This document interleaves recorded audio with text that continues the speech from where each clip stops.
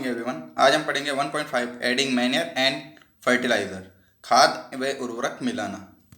तो manure and fertiliser होते क्या है? मैन्योर और फर्टिलाइज़र, मैन्योर होता है खाद, फर्टिलाइज़र आपके उर्वरक होते हैं। मैन्योर जो हैं आपके फील्ड में खेतों में तैयार किए जाते हैं। ये किसान खेतों में काऊ डंग यानी कि जो गोबर होता है गाय का, और प्लांट्स की जो लीव्स होती हैं, पत्तियां होती है, और प्लांट्स का जो वेस्टेज होता है, कचरा होता है, उसको और गोबर को मिलाकर खाद तैयार करता है मैन्योर, जिससे मैन्योर बनता है। फर्टिलाइज़र ये खेतों में तैयार नहीं करके बल्कि फैक्ट्रियों में बनाई जाती है, और इसके अंदर पोटेशियम, नाइट्रोजन, फास्फोरस, ये अलग अलग तरह के न्यूट्रिएंट्स होते हैं जो प्लांट्स को चाहिए होते हैं। अब हम पढ़ते हैं these substance which are added to the soil in the form of nutrients for the healthy growth of plants are called manure and fertilizer। वे सब्सटेंस वे पदार्थ जो एडेड टू दी सॉइल यानी कि मिट्टी में मिलाए जाते हैं, किस लिए? ताकि न्यूट्रिएंट्स मिले for the healthy growth of plants, यानी कि पौधों की स्वस्थ वृद्धि के लिए जो न्यूट्रिएंट्स मिट्टी में मिलाए जाते हैं उनको हम कहते हैं मैन्योर एंड फर्टिलाइज़र। ये मैन्योर एंड फर्टिलाइज़र को हम देखते हैं। तो ये बेटा आपको मैन्योर दिखाई दे रहा है, जो काऊ डंग यानी कि कैटल डंग, जितने भी मवेशी होते हैं, जानवर होते हैं पालतू, उनके गोबर से, जैसे कि गाय, भैंस और भी बहुत से जानवर होते हैं, उनके वेस्टेज से बनता है। और इसके अंदर आपको घास फूस का कचरा, मतलब कि प्लांट्स के पेड़ पौधे के जो अपशिष्ट होते हैं उनसे और गोबर से मिलकर बनाया जाता है। ये प्राकृतिक हैं, नेचुरल हैं, इसलिए हम इसको मैन्योर बोलते हैं, खाद। अब सेकंड टाइप में आपके हैं फर्टिलाइज़र। ये फर्टिलाइज़र इस प्रकार का होता है जो कि फैक्ट्रियों में तैयार किया जाता है, और इसके अंदर यूरिया, नाइट्रोजन, फास्फोरस, पोटेशियम, ये अलग अलग प्रकार के एलिमेंट्स होते हैं, तत्व होते हैं, कुछ यौगिक होते हैं, जिससे प्लांट्स की अच्छी ग्रोथ हो पाती है। फर्टिलाइज़र आपको बड़े से बैग में मिलता है, मार्केट में अवेलेबल होता है। प्लांट्स को ये सब पोषक तत्व, न्यूट्रिएंट्स चाहिए होते हैं, जो आपको दिखाई दे रहे हैं यहाँ पे, बहुत ही छोटे छोटे गोल गोल राउंड में आपको दिखाई दे रहे हैं। ये calcium, zinc, phosphorus, calcium, phosphorus, sulphur, zinc, अलग अलग प्रकार के क्लोरीन, ये आपको क्लोरीन दिखाई दे रहा है, Z N, zinc, Fe, iron, M O, molybdenum, chlorine, Cu, copper, P यानी phosphorus, Z N, zinc, nitrogen, magnesium, B से बोरॉन, ये अलग अलग प्रकार के न्यूट्रिएंट्स होते हैं, पोषक तत्व होते हैं, जिनको प्लांट को आवश्यकता होती है, और इसी से ये अपनी ग्रोथ कर पाता है। ये आपके मिट्टी में, सॉइल्स में होते हैं, और अगर नहीं होते तो हम मैन्योर एंड फर्टिलाइज़र डालकर इनकी कैपेसिटी बढ़ा देते हैं, क्षमता बढ़ा देते हैं न्यूट्रिएंट्स की, जिससे प्लांट को अच्छे से ग्रोथ करने में हेल्प हो। नेक्स्ट, तो आप मैन्योर एंड फर्टिलाइज़र के बारे में अच्छे से जानते होंगे। मैन्योर जो हैं नेचुरल हैं, फर्टिलाइज़र मैनमेड हैं, जिसको फैक्ट्रियों में तैयार किया जाता है। बूझो आता है, बूझो कहता है ऐसा है healthy crop growing in a farm, कि बूझो जो हैं ग्रोइंग हेल्थी क्रॉप देखता है, स्वस्थ फसल को उगते हुए देखता है एक फार्म में, खेत में। In the neighbouring farm the plant were weak, जो पड़ोस के खेत के अंदर और एक फसल को देखता है, प्लांट्स को देख रहा है, वो बहुत ही वीक हैं, कमज़ोर हैं। Why do some plants grow better than others? ऐसा क्यों होता है कि कुछ प्लांट है जो अच्छी ग्रोथ कर पा रहे होते हैं और कुछ प्लांट जो कमज़ोर हो जाते हैं? ऐसा क्यों होता है? तो यही है कि अगर हम किसी भी व्यक्ति को अगर हम अच्छा भोजन दें तो वो अच्छे से ग्रोथ कर पाएगा, क्योंकि उसको सारे न्यूट्रिएंट्स मिलते होंगे। और जबकि एक व्यक्ति को हम अच्छे से न्यूट्रिएंट्स, अच्छा भोजन नहीं दे रहे हैं, तो उसको काफ़ी न्यूट्रिएंट्स की कमी होगी और वो कमज़ोर होगा। और आपने पिछले अध्यायों में, पिछले क्लासों में आपने पढ़ा भी है कि हर व्यक्ति को, चाहे एनिमल्स हैं या ह्यूमन है, सबको न्यूट्रिएंट्स चाहिए, प्लांट को भी न्यूट्रिएंट्स चाहिए, और वो न्यूट्रिएंट्स से ही अपनी ग्रोथ कर पाते हैं। Next, soil supplies minerals nutrients to the crop plant. जितनी भी सॉइल होती है, मिट्टी होती है, वो सप्लाई करती है, क्या करती है, मिनरल्स और न्यूट्रिएंट्स यानी कि खनिज लवण और पोषक तत्वों को प्लांट तक पहुंचाती है। जितने भी क्रॉप प्लांट है, अपनी फसलीय पादप है, तो फसलीय पादप को मिनरल्स न्यूट्रिएंट्स देने का काम सॉइल ही करती है। और सॉइल के अंदर this nutrients are essential for the growth of plant. और ये न्यूट्रिएंट्स जो सॉइल के अंदर होते हैं वो प्लांट की जो ग्रोथ होती है उसके लिए आवश्यक होते हैं। इसेंशियल यानी कि आवश्यक। इन सर्टेन एरियाज, और कुछ निश्चित एरिया में farmer grow crop after crop in the same field.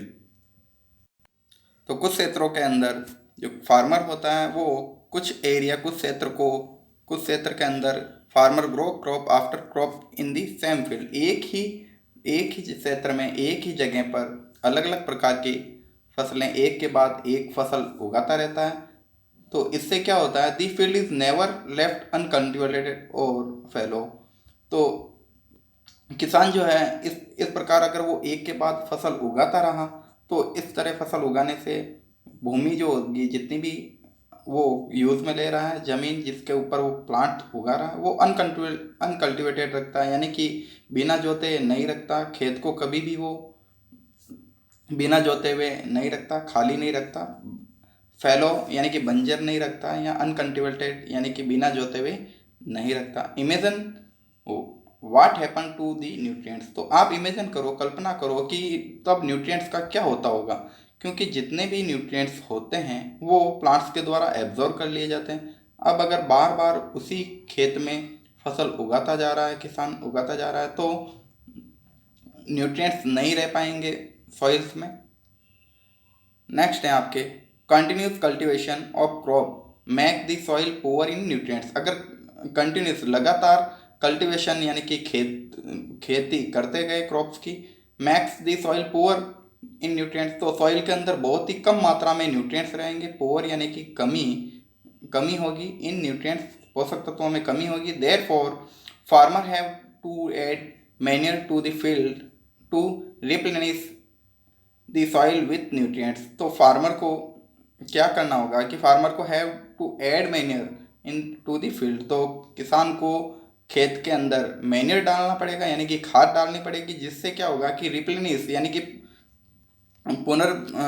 मिट्टी का पुनर्पोषण होगा, जिससे कि मिट्टी के अंदर पोषक तत्वों की मात्रा बढ़ जाएगी। दिस सॉइल विथ न्यूट्रिएंट्स के जितने भी पोषक तत्व हैं वो मिट्टी के अंदर बढ़ जाएंगे, प्रतिरोपण हो जाएगा, replenish. This process is called manuring. इसी प्रोसेस को हम मैन्योरिंग बोलते हैं। मैन्योरिंग यानी कि खाद देना। मैन्योरिंग यानी खाद देना।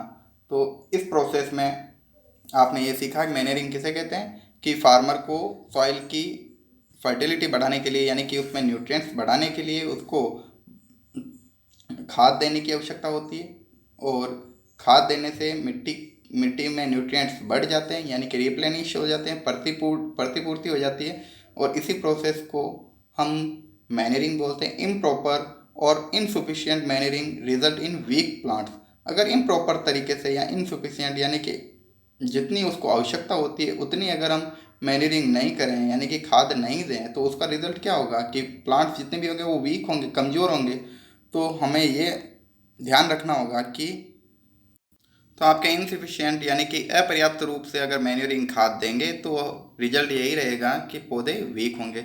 Manure is an organic substance. तो मैन्योर जितना भी होते हैं वो ऑर्गेनिक सब्सटेंस यानी कि कार्बनिक होता है। खाद अपने कार्बनिक पदार्थ हैं। Obtain from the decomposition of plant और एनिमल वेस्टेज। और ये किससे ऑब्टेन की जाती है, कहाँ से प्राप्त की जाती है, डिकम्पोजिशन यानी कि अपघटन से। तो अपघटन किसका करते हैं, डिकम्पोजिशन यानी कि अपघटन। प्लांट और एनिमल्स वेस्टेज, जो प्लांट्स होते हैं और एनिमल्स होते हैं यानी कि पौधे और एनिमल्स का जो वेस्टेज होते हैं उन्हीं के डिकम्पोजिशन से मैन्योर प्राप्त की जाती है। Farmer dump plant and animals waste in at pit at open place and allow it to decompose. Farmer जितना भी फार्मर डंप प्लांट, तो जितने भी प्लांट्स होते हैं उनको डंप यानी कि ढेर लगाता रहता है एनिमल्स वेस्टेज इन ए पिट, पिट यानी कि गड्ढे के अंदर, एट ओपन पैलेस खुले के अंदर, एक गड्ढे के अंदर इकट्ठा करते रहते हैं प्लांट का और एनिमल्स का जो वेस्टेज है, अलाउड इट टू डिकम्पोज, और ये खुला रखकर इसलिए छोड़ देते हैं ताकि ये सारा का सारा डिकम्पोज हो जाए यानी कि अपघटित हो जाए। The decomposition is caused by some micro organism, तो ये जितना भी डिकम्पोजिशन होता है, अपघटन होता है, ये कुछ माइक्रो ऑर्गेनिज्म यानी कि सूक्ष्म जीवों के द्वारा होता है। और decomposed matter is use as organic manure, और ये डिकम्पोज जितना भी मैटर पदार्थ हुआ है, अपघटित पदार्थ, इसका यूज ऑर्गेनिक मैन्योर यानी कि कार्बनिक खाद के रूप में लिया जाता है। You have already learn about vermi composting in class 6, तो आपने पहले से वर्मी कंपोस्टिंग के बारे में पढ़ रखा है कि वर्मी कंपोस्टिंग जो है केंचुओं के द्वारा की जाती है, अर्थवॉर्म के द्वारा, जिससे फर्टिलिटी बढ़ती है और न्यूट्रिएंट्स बढ़ते हैं। ये आपके केंचुए हैं, अर्थवॉर्म है, ये किस प्रकार आप देख पा रहे हैं किस प्रकार ये फर्टिलिटी बढ़ा रहे हैं। ये सारे अपशिष्ट को जो प्लांट्स के वेस्टेज हैं, जो घास हैं या पत्तियां हैं, इनको ये खाते रहते हैं, ईट करते रहते हैं, और फिर ये अपना एक्सक्रेशन के द्वारा, जो इनके बॉडी के अंदर एक्सक्रेशन होता है, जितना भी जो डाइजेस्ट होता है, अनडाइजेस्ट पार्ट होता है, जिसको वापस निकाल दें, वो अनडाइजेस्ट पार्ट ही मैन्योर बनाने के लिए काफ़ी अच्छा रहता है, जिससे प्लांट्स को न्यूट्रिएंट्स अच्छे से मिलते हैं और प्लांट की ग्रोथ भी अच्छी होती है, क्योंकि इसकी रूट्स वगैरह जो हैं अच्छे से जा सकती है। नेक्स्ट है आपके एक्टिविटी 1.2, तो इसमें आपके टेक मूंग और ग्राम सीड्स एंड जर्मिनेट देम, तो आपको कुछ मूंग के और चने के बीज लेने और इनको जर्मिनेट यानी कि अंकुरित होने के लिए छोड़ देने। सेलेक्ट 3 इक्वल साइज सीडलिंग, और इनमें से एक ही आकार वाले 3 बीजों को नवोदित करना है। तो सीडलिंग यानी कि नवोदित यानी कि सीडलिंग, जो हम कह सकते हैं कि जितने भी जर्मिनेट सीड्स हैं, जो अंकुरित बीज हैं, उनसे नया पादप जो उगता है उसको हम सीडलिंग बोलते हैं, नवोदित पादप। टेक 3 एम्प्टी ग्लास और सिमिलर वेसल्स, तो अब अपने जो इक्वल साइज के नवोदित जो अंकुरित बीज हैं उनको टेक 3 एम्प्टी ग्लासेस या वेसल्स ले सकते हो आप, 3 पात्र ले सकते हो या 3 गिलासें ले सकते हो खाली। Mark them A, B and C, तो आपको मार्क करना A, B और C। 2 glass A add little amount of soil mixed with little cow dung manure, तो आपको A के अंदर ऐड करना लिटिल अमाउंट में सॉइल, बहुत ही कम मात्रा में मिट्टी लेनी है, मिक्स विथ लिटिल काउ डंग, तो आपको काउ डंग के अंदर डालना है यानी कि गोबर, गाय का गोबर डालना है, जो मैन्योर के रूप में, खाद के रूप में होना चाहिए। In glass B put the same amount of, अब आपको मार्क कर देना तीनों जो आपने गिलासें ली है, mark them A, B and C, तो तीनों को मार्क कर देना। 2 glass A add little amount of soil mix with a little cow dung manure, तो A के अंदर हमने काउ डंग डाला था यानी कि मैन्योर खाद डाला था। In glass B put the same amount of the soil mix with a little urea, और B के अंदर जो हमने B ग्लास लिया था उसके अंदर सेम अमाउंट में सॉइल तो डालना ही है, अब मिक्स करना है विथ ए लिटिल यूरिया, अब इसके साथ अपने को यूरिया डालना है। तो A के अंदर हमने मिट्टी डाली थी और मिट्टी के साथ हमने लिटिल काउ डंग डाली थी यानी कि मैन्योर खाद डाली थी, दूसरे के अंदर हम यूरिया डाल रहे हैं। अब तीसरा जो है take same amount of soil in glass C, अब अपने को सेम अमाउंट में ही ग्लास C में मिट्टी डालनी है विदाउट एडिंग एनीथिंग, इसके साथ मिट्टी के साथ कुछ भी नहीं डालना। तो A में आप ध्यान रखें काउ डंग डाली थी जो मैन्योर था यानी कि खाद के रूप में, और B के अंदर हमने यूरिया डाला था, यूरिया फर्टिलाइज़र के रूप में। फिर C now pour the same amount of water in each glass, अब अपने को सेम अमाउंट में ही पानी डालना है, तीनों में बराबर मात्रा में पानी होना चाहिए। Seedling in plant the seedling in them. जो सीडलिंग हो रहे हैं यानी कि नवोन्मेष पादप जो बढ़ रहे हैं, उन तीनों गिलासों के अंदर अपने को पानी डालना है। Keep them in a safe place and water them daily. अब अपने को इनको सेफ प्लेस पर रख देना और इनमें पानी डालना है डेली आफ्टर 7 to 10 days। अब 7 या 10 दिनों के बाद हम ऑब्जर्व करेंगे दियर ग्रोथ, इनकी ग्रोथ ऑब्जर्व करेंगे। तो आप देख सकते हैं किस प्रकार प्रिपरेशन एक्सपेरिमेंट कर रहे हैं। 3 गिलास ले रखिए, ABC इनको मार्क भी करना, मिट्टी भी डालनी है और मैन्योर, मिट्टी के साथ मैन्योर डालना, खाद डालनी है। फिर B के अंदर मिट्टी के साथ यूरिया डालना, C के साथ केवल मिट्टी ही डालनी है और कुछ नहीं डालना। अब हम ABC की ग्रोथ देख सकते हैं। आप इन ग्रोथ में देख सकते हैं कि जो आपके A हैं, इस A के अंदर प्लांट्स जो हैं उग रहे हैं, काफ़ी कम हैं। B के अंदर प्लांट्स जो हैं आपको बहुत ज़्यादा मात्रा में दिख रहे हैं, ग्रोथ कर रहे हैं। C के अंदर प्लांट हैं बट बहुत ही कम मात्रा में हैं। तो ये किस कारण है, तीनों में क्या डिफरेंस है?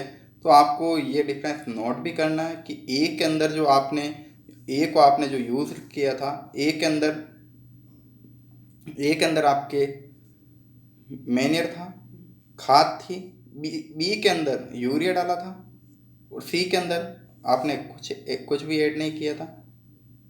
नेक्स्ट हम देखते हैं, did plant in the all glasses at the same pace. Same pace यानी कि पेस यानी कि स्पीड ग्रोथ। क्या सभी प्लांट, जितने भी प्लांट हैं वो एक समान वृद्धि कर पा रहे हैं? नहीं, एक समान वृद्धि नहीं कर पा रहे हैं, क्योंकि A के अंदर हमने मैन्योर डाला था, उसकी ग्रोथ है बट B से कम है, यानी कि यूरिया से ज़्यादा ग्रोथ होती है और यूरिया आपके फर्टिलाइज़र है। Which glass shot better growth of plant. कौन सी ग्लास के अंदर अच्छी ग्रोथ हो रही है, अच्छी वृद्धि हो रही है? B के अंदर अच्छी ग्रोथ हो रही है। In which glass was the growth fastest. और सबसे फास्ट ग्रोथ किस में हो रही है? सबसे फास्ट ग्रोथ B में हो रही है। क्यों हो रही है, क्या रीज़न है? तो आप देख सकते हैं, fertiliser are chemical which are rich in particular nutrients. तो फर्टिलाइज़र जो होते हैं बेटा, इनके अंदर ये केमिकल्स हैं और इनके अंदर बहुत ही अधिक मात्रा में पर्टिकुलर यानी कि विशेष न्यूट्रिएंट्स होते हैं, विशेष पोषक तत्व होते हैं। How are they different from manure. और ये मैन्योर से किस प्रकार डिफरेंट है? जैसा कि आप जानते हैं कि बेटा हम जो भी फूड खाते हैं तो उन फूड के अंदर जो हैं सभी प्रकार के न्यूट्रिएंट्स होते हैं। बट अगर हम टेबलेट खाएं और टेबलेट में अपने को पता है कि कोई टेबलेट है विटामिन A की है, तो उसमें विटामिन A ही मिलेगा और वो काफ़ी मात्रा में होगा। इसी प्रकार फर्टिलाइज़र जो होते हैं उनके अंदर भी जो न्यूट्रिएंट्स होते हैं, वो जो न्यूट्रिएंट्स प्लांट्स को चाहिए केवल वही न्यूट्रिएंट्स होते हैं जिससे उनकी ग्रोथ अच्छी हो पाती है। और मैन्योर में क्या होता है कि मैन्योर में सब प्रकार के हैं, जैसे कि आप पपीते के अंदर देखेंगे तो विटामिन A तो है, विटामिन A के अलावा कार्बोहाइड्रेट भी है और भी पोषक तत्व न्यूट्रिएंट्स काफ़ी मात्रा में होते हैं उसके, जिससे अपने को न्यूट्रिएंट्स मिलते हैं। अब मैन्योर में सभी प्रकार के न्यूट्रिएंट्स है। मैन्योर के अंदर पोटेशियम, फास्फोरस, सल्फर, नाइट्रोजन, अलग अलग प्रकार के सब है, पर वो अलग अलग मात्रा में हैं।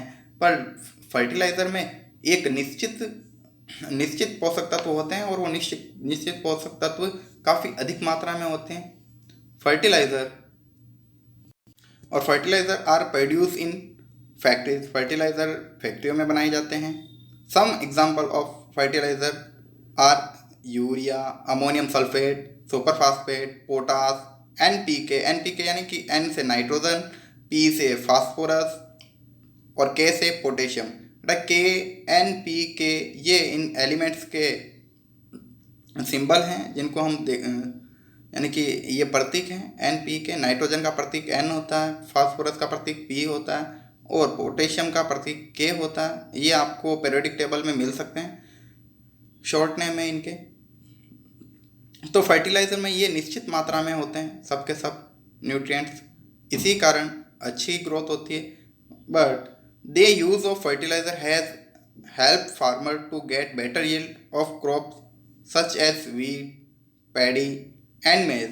तो ये फर्टिलाइज़र जितने भी होते हैं ये किसान को काफ़ी अच्छी हेल्प करते हैं, जिससे कि इनकी उपज में वृद्धि होती है। जैसे कि जो वीट गेहूं की फसल है, पैडी धान की फसल है, मेज मक्का की फसल है, ये काफ़ी अच्छी मात्रा में वृद्धि करती है। बट लेकिन एक्सेसिव यूज़ ऑफ फर्टिलाइज़र यानी कि इनका अत्यधिकता से अगर हम उपयोग करें फर्टिलाइज़र का, has made of soil less fertile, और इससे क्या होगा कि अधिक उपयोग करने से फर्टिलाइज़र का अगर हम ज़्यादा उपयोग करेंगे तो इनका उपयोग करने से जो फर्टिलिटी है, उपजाऊ है, मिट्टी जो उपजाऊ होती है वो बहुत ही कम होगी, और ये अन्य पौधों को फिर उगाने में सक्षम नहीं रहेगी, क्योंकि फर्टिलाइज़र से एसिडिटी बढ़ती है यानी कि अम्लता बढ़ती है। Fertiliser have also become a source of water pollution, और फर्टिलाइज़र का ज़्यादा उपयोग करने से ये वाटर पोल्यूशन का भी सोर्सेस है। किस प्रकार है? क्योंकि जितना भी फर्टिलाइज़र हम यूज़ करते हैं तो अधिक बारिश आने पर जितना भी खेत में फर्टिलाइज़र होता है वो बहकर नदियों में, नहरों में चला जाता है, और नहरों और नदियों में जाने पर हम उसे पीने के काम भी लेते हैं, तो हम बीमार भी हो सकते हैं, कुछ भी हो सकता है। तो वाटर पोल्यूशन का कार्य भी फर्टिलाइज़र करते हैं। तो खेतों में ज़्यादा फर्टिलाइज़र का उपयोग नहीं करना चाहिए। और therefore in order to maintain the fertility of the soil we have to substitute fertilizer with organic manure or leave the field uncultivated या fallow in between two crops। तो इसलिए हमें क्या करना चाहिए? इन ऑर्डर टू मेंटेन, अपने को maintain करना चाहिए कि फर्टिलिटी ऑफ द सॉइल की फर्टिलिटी बढ़े, सॉइल की, मिट्टी की उपजाऊपन बढ़े। वी हैव टू सब्सटीट्यूट, तो इसके लिए अपने को सब्सटीट्यूट यानी कि एक विकल्प खोजना चाहिए, यानी कि फर्टिलाइज़र सब्सटीट्यूट होना चाहिए फर्टिलाइज़र का, कि फर्टिलाइज़र की जगह हम और क्या यूज़ कर सकते हैं। तो फर्टिलाइज़र की जगह हम ऑर्गेनिक मैन्योर यानी कि जो कार्बनिक खाद हैं, प्राकृतिक जो नेचुरल खाद है उसका हम उपयोग कर सकते हैं। और लीव दी फील्ड अनकल्टिवेटेड, और अपने को कुछ टाइम के लिए अनकल्टिवेटेड यानी कि बिना जोते खेत की जो जुताई है वो नहीं करनी चाहिए, यानी कि खेत को थोड़ा रिलीव देना चाहिए, थोड़ा रिलैक्स देना चाहिए, जिससे कि खेत के अंदर जितनी भी मिट्टी है वो वापस अपनी फर्टिलिटी बढ़ा लें, उपजाऊपन बढ़ा लें। बिटवीन टू क्रॉप्स यानी कि दो फसलों के बीच में कुछ समय देना चाहिए मिट्टी को, खेत को, जिससे कि वो अपनी न्यूट्रिएंट्स या पोषक तत्वों की मात्रा को बढ़ा लें। The use of manure improve soil texture as well as its water retaining capacity. तो खाद का उपयोग करने से यदि इम्प्रूव सॉइल टेक्सचर, तो सॉइल की जो टेक्सचर होती है, गठन होता है, वो इम्प्रूव हो जाती है। As well as water retaining capacity, और इससे पानी को बनाए रखने की क्षमता भी बढ़ जाती है। It replenish the soil with nutrients, और ये मिट्टी के अंदर जो न्यूट्रिएंट्स होते हैं, पोषक तत्व होते हैं, उनका पुनः पूर्ति करने के लिए भी आवश्यक होती है। इसलिए खेत में ज़्यादा मैन्योर का उपयोग करना चाहिए। Another method of replenishing the soil with nutrients is through crop rotation. अब बेटा एक आता है क्रॉप रोटेशन यानी कि फसल चक्रण। तो फसल चक्रण भी एक इम्पोर्टेंट, एक अनदर वे है, अन्य तरीका है जिससे हम मिट्टी का रिप्लेनिशिंग यानी कि पुनः भरण कर सकते हैं, यानी कि उसके अंदर न्यूट्रिएंट्स बढ़ा सकते हैं। इसका यूज़ है कि क्रॉप रोटेशन का। क्रॉप रोटेशन किस प्रकार होता है? फसल का चक्र होता है कुछ। This can be done by growing different crop alternately. तो हमें खेतों में अलग अलग प्रकार की अल्टरनेटली, एकांतर क्रम में अलग अलग तरह की फसलें उगानी चाहिए। जैसे कि अर्लियर पहले फार्मर्स इन नॉर्दर्न इंडियन, जो उत्तर भारत के लोग होते थे, नॉर्दर्न फार्मर यानी कि उत्तर भारत के किसान, use to grow legumes as fodder, यानी कि फलीदार लेग्यूम्स हम लेग्यूमिनस हम बोलते हैं, फलीदार या दलहनी पादप एज फोडर, वो चारे के रूप में फलीदार पौधे लगाते थे। In one season and wheat in the next season. तो पहले सीजन में तो वो लेग्यूम्स यानी कि फलीदार चारा की फसल उगाते थे, फिर दूसरी सीजन में वो वीट इन दी नेक्स्ट सीजन, और गेहूं की फसल को नेक्स्ट सीजन में उगाते थे। क्योंकि इससे क्या होता है, लेग्यूमिनस पादप को नाइट्रोजन की आवश्यकता होती है, तो लेग्यूमिनस नाइट्रोजन को एब्जॉर्ब कर लेता है मिट्टी में जितनी होती है। वीट जो है गेहूं, वो नाइट्रोजन को एब्जॉर्ब नहीं करता। तो इसलिए मिट्टी में नाइट्रोजन बढ़ेगी वीट के समय, क्योंकि लेग्यूमिनस अगर फलीदार पादप लगाएंगे तो उसको नाइट्रोजन की नीड होती है। दूसरी बार भी अगर दलहनी पादप लगाएंगे तो और नाइट्रोजन की कमी होगी। तो इसलिए हमारे को एक फसल के बाद में दूसरी फसल ऐसी लगानी चाहिए जिसको वो न्यूट्रिएंट्स नहीं चाहिए जो पहली फसल को न्यूट्रिएंट्स चाहिए होते हैं। This help in the replenishment of the soil with nitrogen. तो ऐसा करने से मिट्टी के अंदर नाइट्रोजन की रिप्लेनिशमेंट होगी, यानी कि पुनर्पूर्ति होगी, मिट्टी के अंदर नाइट्रोजन बढ़ेगी। Farmer are being encourage to adopt this practice, और किसानों को इनकरेज किया गया था, प्रोत्साहित किया गया था कि इस प्रैक्टिस को, इस पद्धति को सभी के सभी अपनाएं। अडॉप्ट यानी अपनाना। इन दी प्रीवियस क्लासेस, तो आपने पिछली क्लासों में पढ़ा है, you have learned about rhizobium bacteria. तो राइजोबियम बैक्टीरिया के बारे में आपने पढ़ा है। These are present in the nodules of roots of leguminous plant. तो ये कहाँ प्रेजेंट होता है? नोड्यूल्स में, यानी कि ग्रंथिकाओं में। दो जड़ें की जो लेग्यूमिनस पादप होते हैं, दलहनी पादप, तो उनकी जड़ों में ग्रंथिकाएं होती है नोड्यूल्स के रूप में, उनमें राइजोबियम बैक्टीरिया होता है। दे फिक्स एटमॉस्फेरिक नाइट्रोजन। तो ये नाइट्रोजन का फिक्सेशन करते हैं, स्थिरीकरण करते हैं। ये आप नेक्स्ट चैप्टर में भी पढ़ोगे। ये आप देख सकते हैं किस प्रकार नाइट्रोजन फिक्सेशन हो रही है जड़ों में। ये नोड्यूल्स के रूप में होती है। तो ये जितने भी आपको गोल गोल दिख रही है, ये सारी की सारी नोड्यूल्स हैं। इनके अंदर राइजोबियम बैक्टीरिया है। तो ये राइजोबियम बैक्टीरिया इन्हीं नोड्यूल्स के अंदर होता है जो आपको दिखाई दे रहे हैं। नेक्स्ट, अब आपके difference between fertiliser and manure. तो फर्टिलाइजर का फर्स्ट पॉइंट है, fertiliser is a man made inorganic salt. तो फर्टिलाइजर जो हैं मैन मेड हैं, मानव निर्मित लवण हैं। इनऑर्गेनिक यानी कि अकार्बनिक साल्ट। और manure is a natural substance. Manure जो हैं प्राकृतिक पदार्थ हैं, obtain by decomposition of cattle डंग। और ये कहाँ से प्राप्त किया जाता है? अपघटित करके कैटल डंग, यानी कि पशुओं और मवेशियों का जो डंक होता है, गोबर होता है, उससे। प्लांट रेसिड्यू यानी कि जो पौधों का अपशिष्ट अवशेष हैं उनसे प्राप्त किया जाता है manure.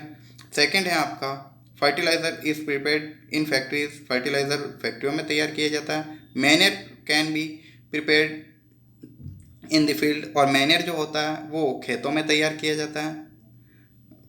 Fertiliser does not provide any humus to the soil. और फर्टिलाइज़र कोई भी किसी भी प्रकार की ह्यूमस प्रोवाइड नहीं करता, क्योंकि आपको मैंने पहले ही बताया था कि फर्टिलाइज़र जो होते हैं एक पर्टिकुलर न्यूट्रिएंट्स को ही देते हैं। जैसे कि उनके अंदर अगर नाइट्रोजन है तो नाइट्रोजन काफ़ी मात्रा में होगी, पोटेशियम है तो पोटेशियम, सल्फर, अलग अलग प्रकार के फर्टिलाइज़र के अंदर न्यूट्रिएंट्स होते हैं। वो केवल वही न्यूट्रिएंट्स अवेलेबल करवाते हैं, अन्य न्यूट्रिएंट्स नहीं करवाते हैं अवेलेबल।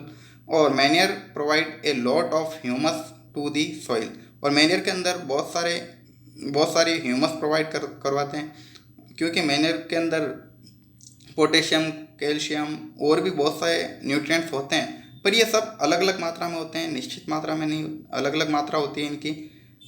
फोर्थ हैं आपके fertiliser are very rich in plant nutrients like nitrogen, phosphorus, potassium. तो फर्टिलाइज़र के अंदर बहुत ही ज़्यादा मात्रा में होते हैं न्यूट्रिएंट्स जो प्लांट को चाहिए होते हैं, लाइक जैसे नाइट्रोजन काफ़ी मात्रा में होती है, फास्फोरस, पोटेशियम, ये बहुत ही अधिक मात्रा में होते हैं फर्टिलाइज़र में nutrients. Manure is relatively less rich in plant nutrients. तो मैन्योर में, खाद में अगर फर्टिलाइज़र से तुलना करें तो काफ़ी कम मात्रा में न्यूट्रिएंट्स होते हैं। न्यूट्रिएंट्स तो होते हैं इनमें, बट फर्टिलाइज़र में ज़्यादा न्यूट्रिएंट्स होते हैं, क्योंकि फर्टिलाइज़र में पर्टिकुलरली न्यूट्रिएंट्स होते हैं जैसे नाइट्रोजन, फास्फोरस। और मैन्योर में सब तरह के न्यूट्रिएंट्स होते हैं जो अलग अलग मात्रा में होते हैं। नेक्स्ट है आपके, तो मैन्योर के एडवांटेज, क्या लाभ है मैन्योर के खाद के? The organic manure is considered better than fertiliser. तो ऑर्गेनिक खाद जो हैं, कार्बनिक खाद फर्टिलाइज़र से काफ़ी अच्छी हैं। क्यों? क्योंकि it enhances the water holding capacity of the soil. तो मिट्टी के अंदर जो वाटर होल्डिंग कैपेसिटी होती है वो बढ़ती है, एनहांस यानी कि बढ़ती है। It makes the soil porous due to which exchange of gases become easy।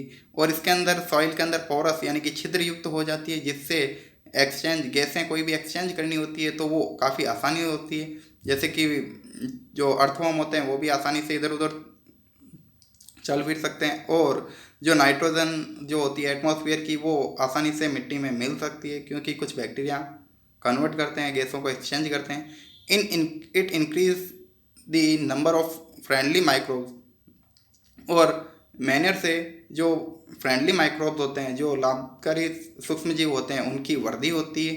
It improve the texture of the soil, और इससे मिट्टी का गठन भी अच्छे से होता है। नेक्स्ट है आपके 1.6 इरिगेशन, ये हम कल पढ़ेंगे।